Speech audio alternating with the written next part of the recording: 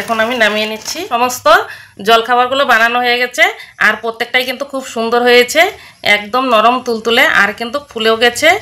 এই দেখুন প্রত্যেকটাই খুব সুন্দর হয়েছে, দেখতেও যত সুন্দর আর খেতেও কিন্তু অসাধারণ লাগবে। এই দেখুন ভিতরটা কত সুন্দর হয়েছে।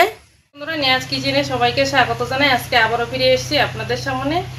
আজকে আপনাদের সঙ্গে শেয়ার করব সুজি দিয়ে সকালবেলা জলখাবার আপনাদের সঙ্গে শেয়ার করব। আপনারা তো সুজি অনেকভাবেই খেয়েছেন, আমি একদম আজকে অন্যরকম করে একটি জলখাবার বানাবো সুজি দিয়ে। আমি কিভাবে বানাচ্ছি আপনারা প্রথম থেকে শেষ পর্যন্ত পুরো ভিডিওটা দেখবেন, আশা করি ভালো লাগবে।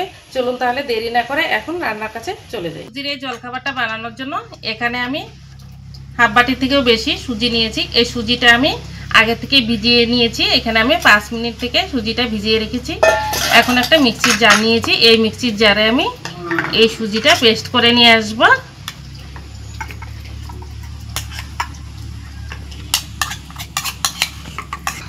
এই সুজির বাটিটা ধুয়ে একটু জল দিয়ে দেব।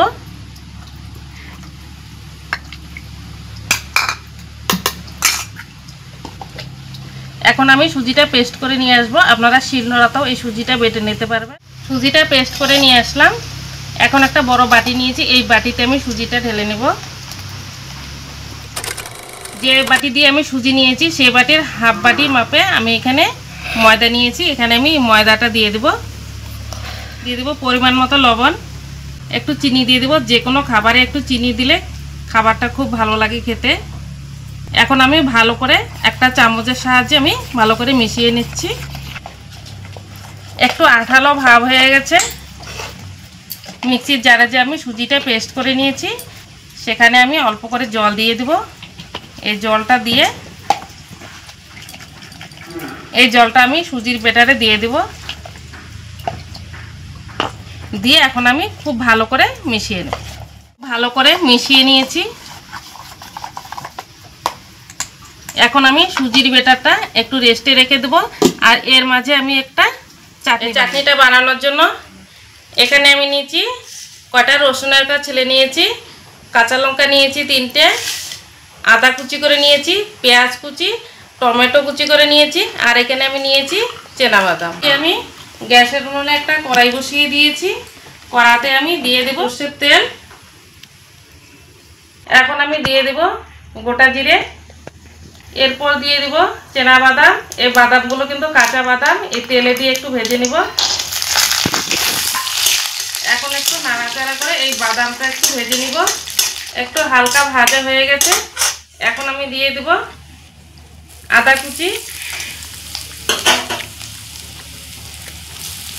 দিয়ে দেব রসুনের কোয়া, কাঁচা লঙ্কা, পেঁয়াজ কুচি,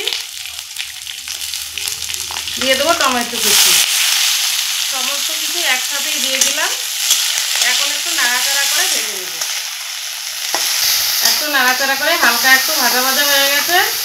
এখন আমি দিয়ে দেব পরিমাণ মতো লবণ, অল্প একটু হলুদ গুঁড়ো দিয়ে দেবো, তাতে কালারটা একটু ভালো আসবে, তার জন্য একটু হলুদ গুঁড়ো দিয়ে দিলাম। আপনারা হলুদ গুঁড়োটা স্কিপ করতে পারেন। সমস্ত উপকরণ দেওয়া হয়ে গেছে। এখন আমি নাড়াচাড়া করে একটু ভেজে নেব। চাটনির জন্য সব কিছু ভাজা হয়ে গেছে। এখন আমি কড়া থেকে নামিয়ে নিচ্ছি।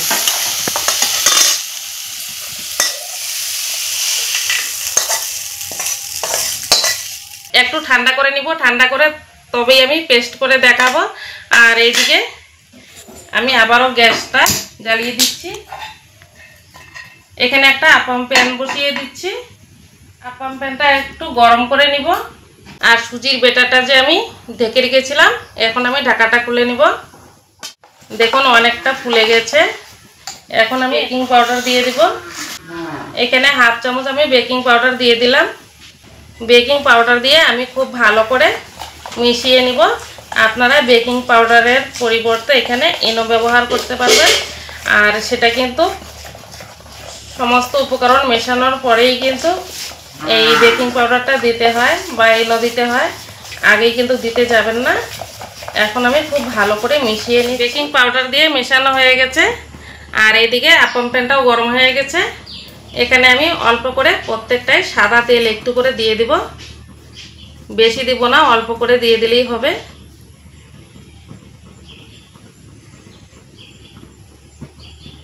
প্রত্যেকটায় তেলগুলো দেওয়া হয়ে গেছে। আর এই দেখুন একটু নাড়াচাড়া করার পরে প্রত্যেকটাই কিন্তু খুব সুন্দর করে তেল লেগে গেছে। সমস্তটায় তেল দেওয়া হয়ে গেছে, আর কোনো ব্রাশেরও প্রয়োজন হলো না। আমি এভাবে একটু ঝাঁকুনি দেওয়ার পরে প্রত্যেকটাই কিন্তু তেলটা সমান করে লেগে গেছে। আর আপনারা ব্রাশ থাকলে ব্রাশ দিয়ে দেবেন, আমার হাতের কাছে ব্রাশ নেই, তাই আমি এই পর্যায়ে দিয়ে আপনাদেরকে দেখিয়েছি। আর এখন যে সুজির ব্যাটারটা আমি বানিয়ে রেখেছি, এখান থেকে আমি সুজির ব্যাটার নেব, নিয়ে প্রত্যেকটাতে আমি অল্প অল্প করে দিয়ে দেব। আর একদম ভরে দিতে যাবেন না, অল্প করে দিবেন, তারপরে ফুলে কিন্তু ডবল হয়ে যাবে। তার জন্য কিন্তু একদম ভরে দেওয়া যাবে না। এইটুকু করে আমি দিয়ে দিচ্ছি।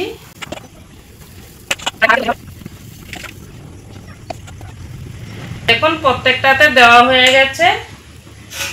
এখন আমি ঢাকা দিয়ে, আমি এইভাবে ঢাকা দিয়ে 5 থেকে 7 মিনিট ঢাকা দিয়ে ভাপিয়ে নিব। 5-7 মিনিট পর আপনাদের সামনে ফিরে আসছি। আর এর মাঝে আমি চাটনিটা বানিয়ে নেব। এখন আমি চাটনিটা করে নেব। আর সমস্ত উপকরণ ভেজে রেখেছি, ঠান্ডা হয়ে গেছে। এখন একটা মিক্সির জারে আমি নিয়ে নিচ্ছি।